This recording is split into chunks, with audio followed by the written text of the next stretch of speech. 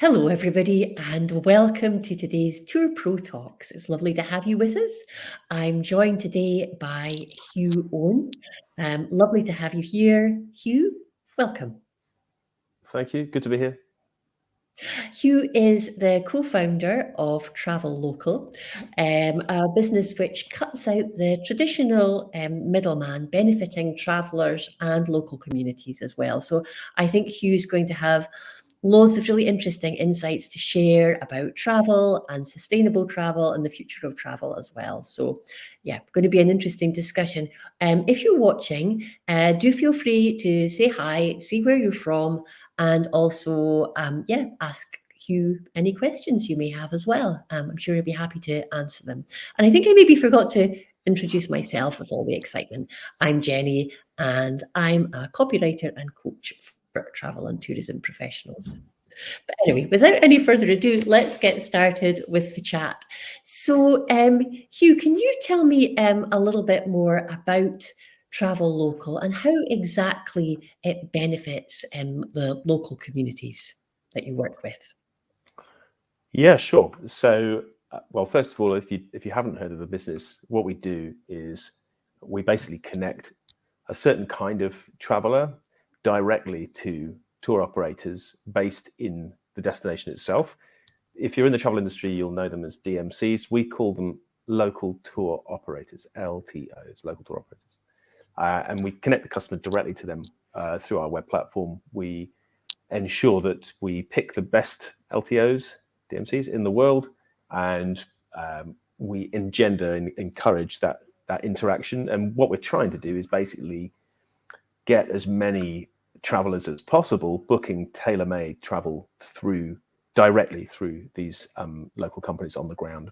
In terms of the benefits to the local destinations, it varies from country to country and extent as well. I would say the prime benefit that it has is that all of the companies, as many as we possibly can, we can verify as being locally owned and registered. So they are local entrepreneurs, and supporting what they're doing is incredibly important for the destination economies.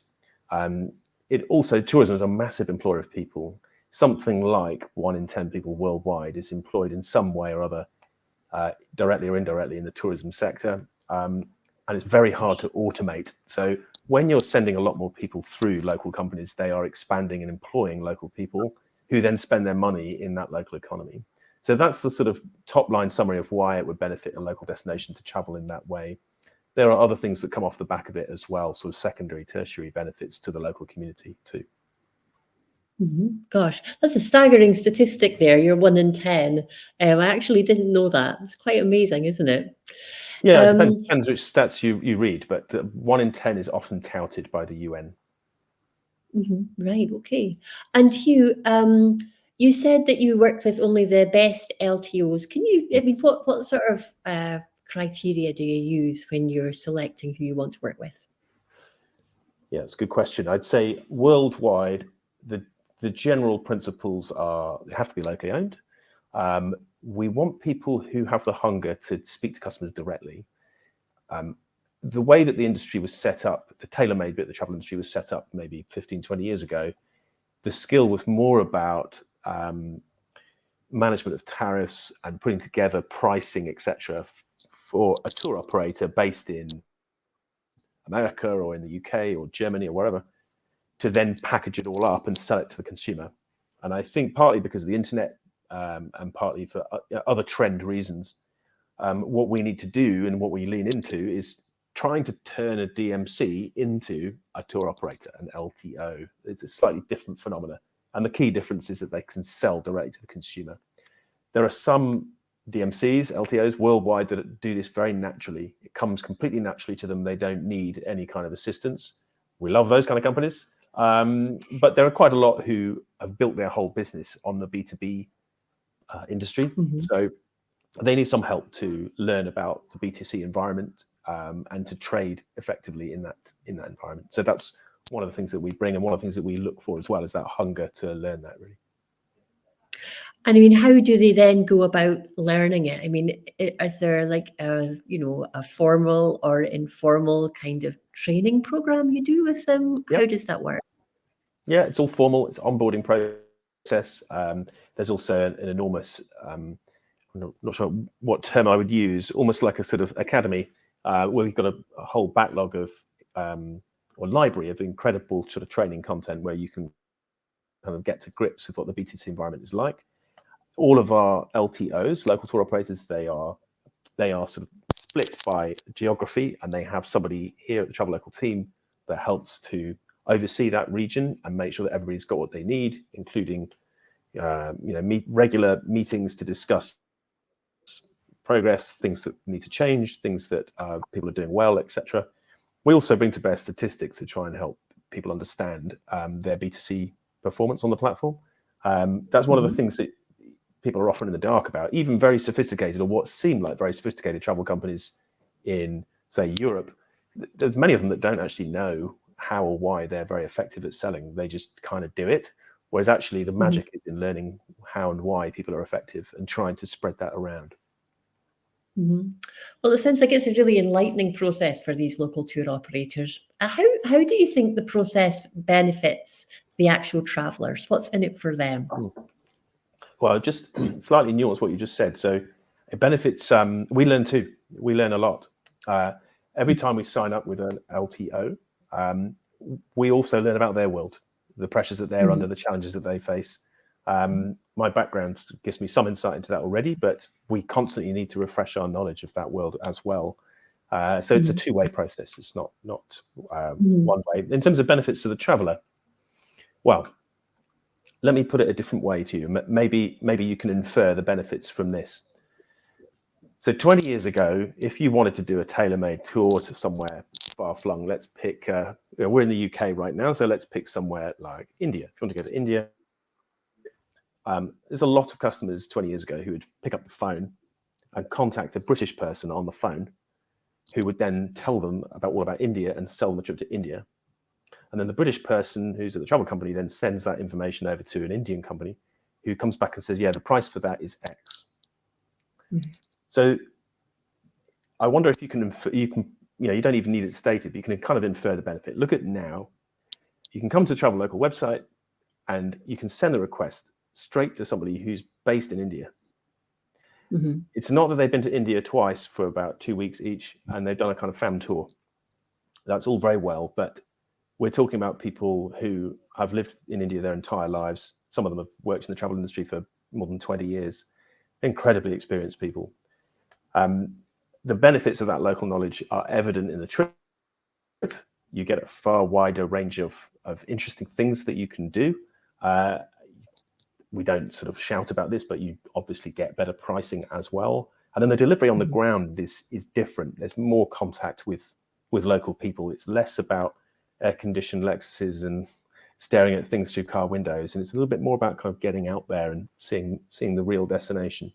So there are a number of benefits that come from it, but hopefully it's obvious from the example I gave that I think the era of talking to, for example, Huw about going to India is not over. I think some people still prefer that and probably will do for some time, but I think it's gradually going to shift into one where logically we think, oh, we're going to India, let's find somebody in India who can help us. It does sound very logical, but why do you think you said there that some people would still prefer to talk to Huw or, another British person? Why do you think that some people would prefer doing it where, in the example you gave, it just sounded so much clearer and more direct and you were getting the local knowledge and everything? I think there's probably an ingrained cultural caution, perhaps, where people think, oh, look, they're based in the UK. This person I'm speaking to is in the UK or in the US or wherever the traveler is based. And so therefore, maybe the accountability is stronger to me, and maybe they'll understand the nuances of how I communicate and the things that I want. I'm not sure that value carries over many decades. I think it tapers off, and it's in a process of tapering now. And just this morning, I met one of our biggest local tour operators in India that came to the office here in the UK. Yeah, these guys are incredibly experienced, amazingly experienced. So, we can turn around and say we've had X thousand people visit India over the last 10 years. But because they're an LTO, DMC, on the ground, working with all sorts of people, they're retailing, they're also wholesaling, they've had like 10, 15 times as many people visit India as we have. So you can see that if you can educate the consumer to the extent that they understand that picture, I think many more people, and this is indeed what we think is happening, many more people make the leap of trust and say, well, actually, I need to speak to these people in India because they obviously just know it better. I think there will be probably a long tail of people for whom they just like their kind of home comforts. They want somebody to speak to who's in their market. I think that's a thing. But I don't think that's a growth market, let's put it that way. Yeah, it's kind of dwindling gradually. I would say so. Yeah, it's a bit of a guess, Yeah. but that's what I feel like I can see. Mhm. So, yeah, let's maybe move on to talking a little bit about your own journey to found TravelLocal. How did you get to the stage of, well, like you co-founded the company, didn't you? But how did you get to that stage? And maybe just a little bit about your own personal journey in travel as well would be good to hear. Yeah, sure. So when I was a kid, all our holidays were to Wales, which is where my father's from. So my sense of abroad was through books. It wasn't through experience. When I was about 15 or 16 at my secondary school in the UK, it was right around the corner from quite a big secondhand bookshop. And I used to go in there at lunchtime. I had nothing much to do, so I'd just go around and look at some of the books on the shelves. And I'd really liked the travel section. Maybe it was, just drawn to something that I couldn't do at that time. And then as soon as I could, when I was 18, my parents gave me a little bit of money for a Euro rail ticket, Interrail ticket. And so I went traveling around Europe. And I got as far as Istanbul, and then I flew home to the UK. That was the first flight I ever took, was Istanbul to London when I was 18. And in Istanbul airport, on the departures board, it had Tashkent, Dushanbe, Samarkand, Urumqi, all these kind of amazing places that I'd read about in books, but I'd never thought that I'd visit. And so there was the magic of the airport departures board. That's one thing that I think if you're really into travel and you stare at a departures board, it will make you want to see the world. So that turned into a love of getting out there and seeing the world, including quite unusual places. I really always enjoyed that experience. After university, I moved to Japan. So I was a teacher there for 2 years. And I was very lucky because during the school holidays in Japan, I was allowed to go and travel. And so for example, I flew over to China and then traveled across China by train to Urumqi, that place that I saw on the Istanbul departures board. So that was one of those moments where I could join the dots in my life, all the way from a book when I was 15 to a city in the west of China when I was 23, 24, something like that. And then when I came back, I could parlay the travel experience into a job. I actually wanted to be a journalist, but journalism's catastrophic loss was the travel industry's gain. I saw an advert in the back of a newspaper, and for some reason they put in the words, it would be great if you visited Central Asia. And I thought, wow, there can't be that many people who've done that, who are on the market for this particular job. And so I got the job. And then the rest is history in terms of the travel industry. I'm sorry, I forgot there was a second bit to your question, but that's the backstory of how I got into this. What was the other bit? Oh, I've forgotten the second bit of my question too. I have the memory of goldfish you, but while you were talking, I came up with another question, and Please. Yeah, go. hopefully that question will come back to me. Yeah, my question was, when you mentioned the bookshop, I was very interested because I love travel as well, and I just wondered if there was a particular author that inspired you in your teenage years. Yeah, there was. One in particular, a guy called Peter Hopkirk, who wrote just a fantastic page-turner read called The Great Game, which is all about a sort of espionage, but across Central Asia. It's not a novel. It's a sort of I wouldn't call it necessarily academic style history. It's more sort of page-turner history. But just so enjoyable and just very, very interesting, and just learning about parts of the world that I had no idea about and had just seen on maps as a kid, and that was just exciting. Oh, such and such a person crossed these mountains, and you think, I've never heard of that mountain range. Where's that mountain range? And there was no Google Maps at that stage, so it was kind of open the atlas and oh wow, it's there. Cool. I wonder if I can go there. And then 10 years later, I go there. That's yeah. So Peter Hopkirk was one of them. Also, an author called Colin Thuppren, who's also very influential in my earlier years. There were a few others. I enjoyed Eric Newby, who wrote very very interesting book about going around the Mediterranean. And then early Bill Bryson. So is it Neither Here Nor There? I think it was just about traveling around Europe, which was just hilarious. It was one of those books that just made me laugh out loud. Reading up in my bedroom, and my parents could hear me cackling away with a book in my hand. Think, what's he reading? Well, it was early Bill Bryson. Great. Okay. Nice list of suggestions there for anyone who's looking at compiling a reading list for the summer holidays. I've never heard of Peter Hopkins, so I'll be adding him to my reading list for sure. Peter Hopkirk. Peter Hopkirk. Okay, right. Good. And it's interesting as well how you said you lived in Japan, because I wonder sometimes as well if having that experience of actually being rooted in a country and working in a country and traveling around it from that perspective as well gives you more of a kind of insight into that whole kind of, I don't know, the kind of local side of travel, if that makes sense. Yeah, it definitely does.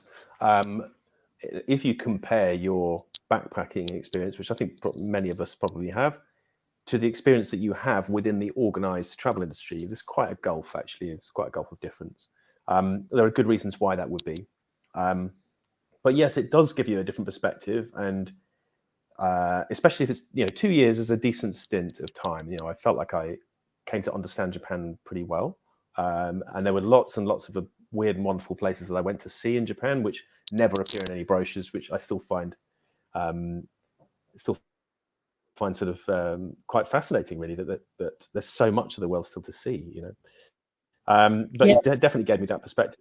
And I think actually, just harking back, I think the other part of your question was about how I joined the dots from getting to travel to then becoming a co-founder of TravelLocal. And actually some of that is linked to this kind of question around Japan. So 2000 and roughly 2003, 2004, it was late 2003, I think. So gosh, that's my 20th anniversary in the travel industry. So about 20 years ago, I got that job, as I was mentioning, in the travel industry. It was a big tour operator, big kind of, not household name exactly, but a well-known name in the tour operator industry. And it was really enjoyable. I learned a huge amount there. And I was there while the company was really growing very fast as well. And those are the glory days of selling to customers over the phone. So you kind of get a real sense of who the customer base are, what they like, etc. But you can also critique the business, and you can work out what the next iteration of it might be, how to improve it, how to make it better.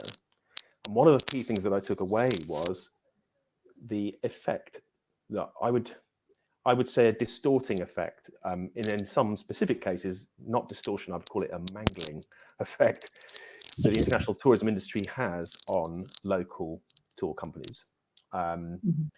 The way that I explain this to potential LTOs for us, local tour operators, I say to them, in the B2B market that we were in then, at that time, so where you're selling to an international tour operator, in that market, you can lose half your business overnight. International tour operator turns around and says, we've decided to contract with a different company. And then suddenly 50% of your top line is gone. Everybody understands to some extent why that sort of thing happens, but it's brutal, really genuinely brutal. And the effect on the local economies in question is, the knock-on effect is obviously pretty harsh. So that was a big learning, and I kind of took that feeling of unease about that situation with me, and I moved to Cambodia. So I lived in Cambodia for a year in the late 2000s, in the late noughties, and that was actually to help to run a local tour operator based in Cambodia. It was a local company, so my boss was Cambodian. We lived in Phnom Penh for about a year, and that was an education as well from, as it were, the other side of the equation. So I'd been in a tour operator in the UK for 5 years, and then was helping to run for DMC and LTO, based in Cambodia for about 1 year. So suddenly you could see both of these core elements within that business model. And it was then that Tom and I bought the URL for TravelLocal, because we thought, you know what, there's a better way to do this. And actually, it should be about local people hosting travelers in their home, the place that they know best, the country of which they're proudest. Come and see my country. Let me show you around. And you can flip it around and easily see the absurdity of the way that the industry is set up. So imagine a Cambodian person says to their Cambodian friend, I'm going to go to the UK on holiday. In fact, I'd like to go to Wales. In fact, I'd like to go to Pembrokeshire, where I'm from. So the Cambodian person says, I'm going to go to Pembrokeshire. And the other Cambodian person says, let me organise a trip to you. I've been to the UK once for 6 days, and I stepped over the border into Wales, so I'll design your trip for you. That's obviously absurd, completely absurd idea. Now let's change that and say the Cambodian person knows Huw. So I do know some Cambodians. I've got friends in Cambodia, and so they contact me and they say, what should I do in Wales? Aha, well, that's different. And suddenly I can explain a whole bunch of stuff that you wouldn't otherwise know. Loads of information that's going to help you have a much better trip. There you go. So we were very motivated by that sense of just taking the industry and kind of just reformatting it and just saying, okay, well, it should be all about local companies. Drive everybody towards the local expertise. So that was a big factor involved. I don't want to use the word anger is a strong emotion. It's not anger, but certainly frustration. I was frustrated with how the industry worked. I didn't feel it was very fair. And so that was also a big motivating factor. Make it fairer somehow. Everybody needs to take something from the transaction. That's how industries work. Everybody needs to earn their daily bread. But everything's stacked against these companies in the wholesale market. They get kind of shafted. I mean, I won't name names because for obvious reasons, but there are some incredible tales of abuse that I could tell you towards some of these local tour companies that I would. It still shocks me to this day that I was witness to it. Mostly when I worked for a local tour operator.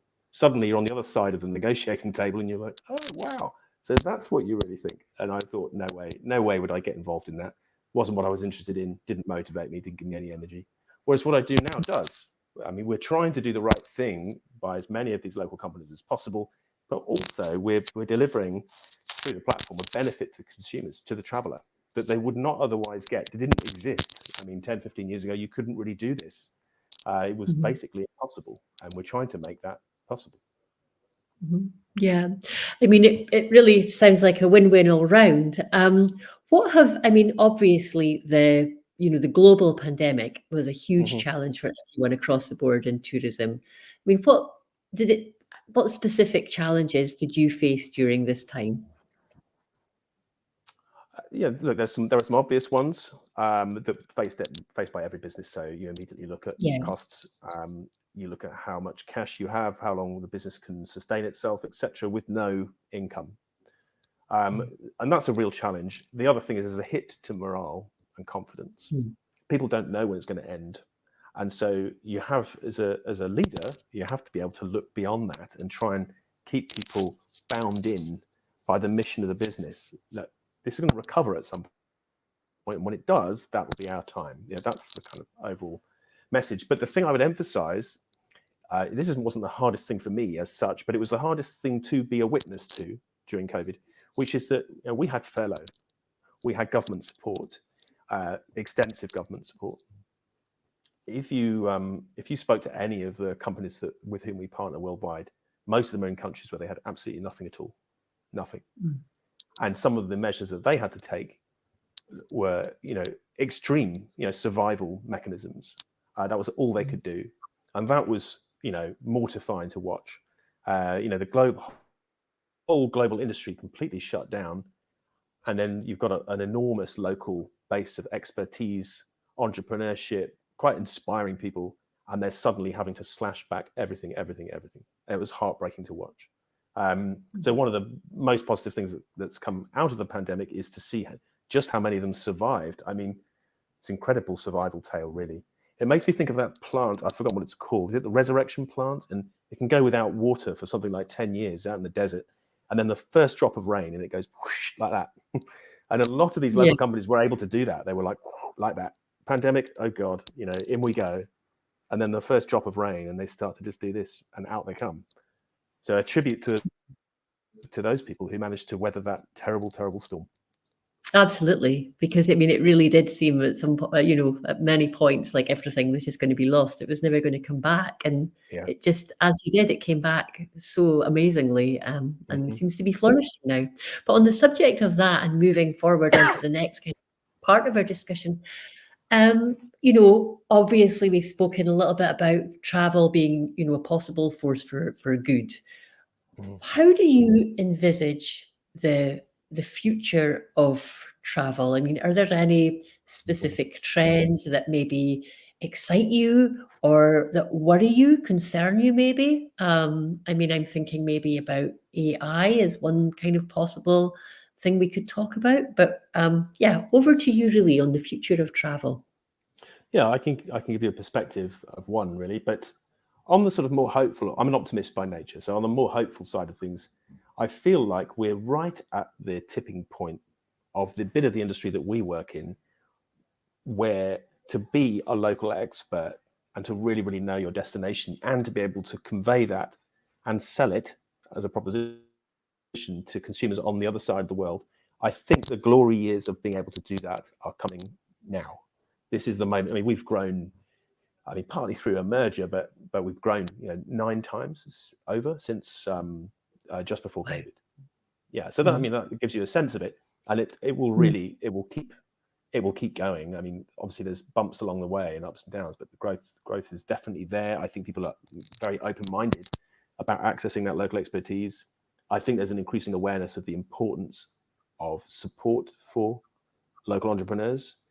They're the equal of anybody that you'll meet in Europe or America in terms of entrepreneurship, and they have to do what they do in much more difficult circumstances than we do.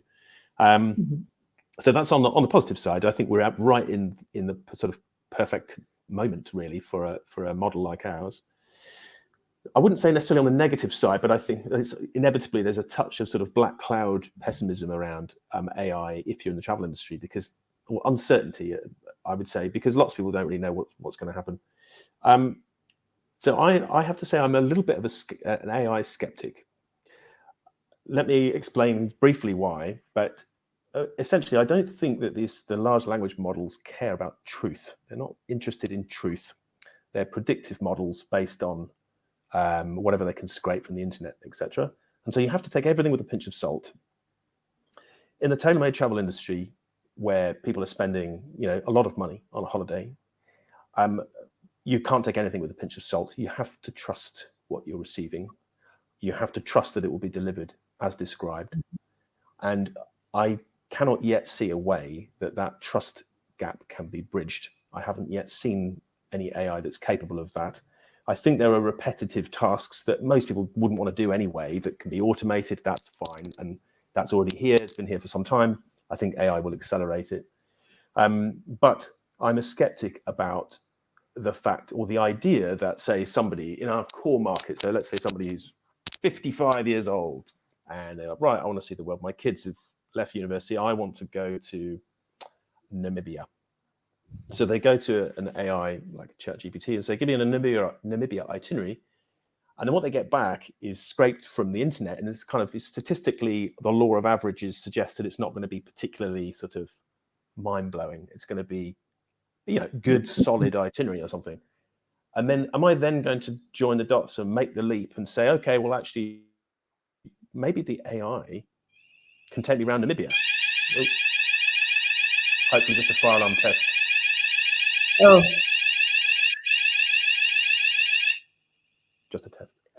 just a test. Hopefully the AI can take me around Namibia. Maybe it can guide me. Maybe it can check me in at my hotel. Maybe it can drive me. And then suddenly you think, well, what's the point of getting out of bed? I mean, you're not going to see anything in Namibia at all. You're not going to meet any Namibians. You have no experience whatsoever.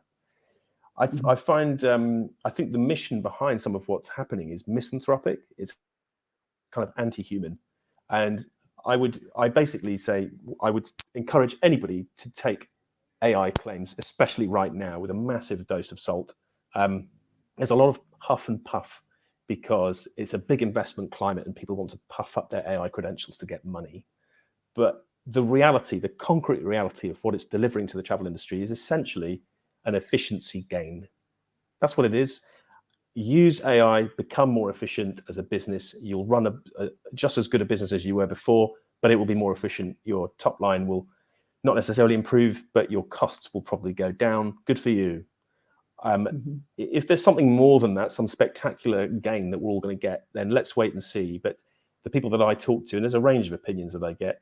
I spoke to an AI consultant the other day, or rather I went to one of her talks, and she basically said, you're not really going to feel the true impact of this for a few years. I quite agree. I would say on the current evidence, there's nothing that would give me any sleepless nights really about what I can see. So that's there's a positive and sort of somewhat more negative view of the future. Like I say, I'm an optimist by nature, so I like pro-human, but using technology to be efficient. I like connecting people with local people all around the world. I love the connection myself. When I travel, that connection's the thing that makes the trip, makes it real, makes it fun. It's what it should be. Absolutely. Yeah. I mean, I can't think of many people who would disagree with that, actually. And I think, yeah, completely agree as well about talking about AI. So much of it is just in using it judiciously, and saving the kind of creative human tasks for the humans, and yeah, keeping it for the things that just, the routine stuff. Absolutely. Well, I did promise you this chat was going to take us half an hour, and we've gone a little bit over that, Huw. So thanks so much for bearing with us. I just want to ask you one final question, and that is, we've talked about the future of travel on a wide level. What's the future for TravelLocal? Have you got any exciting plans in the pipeline?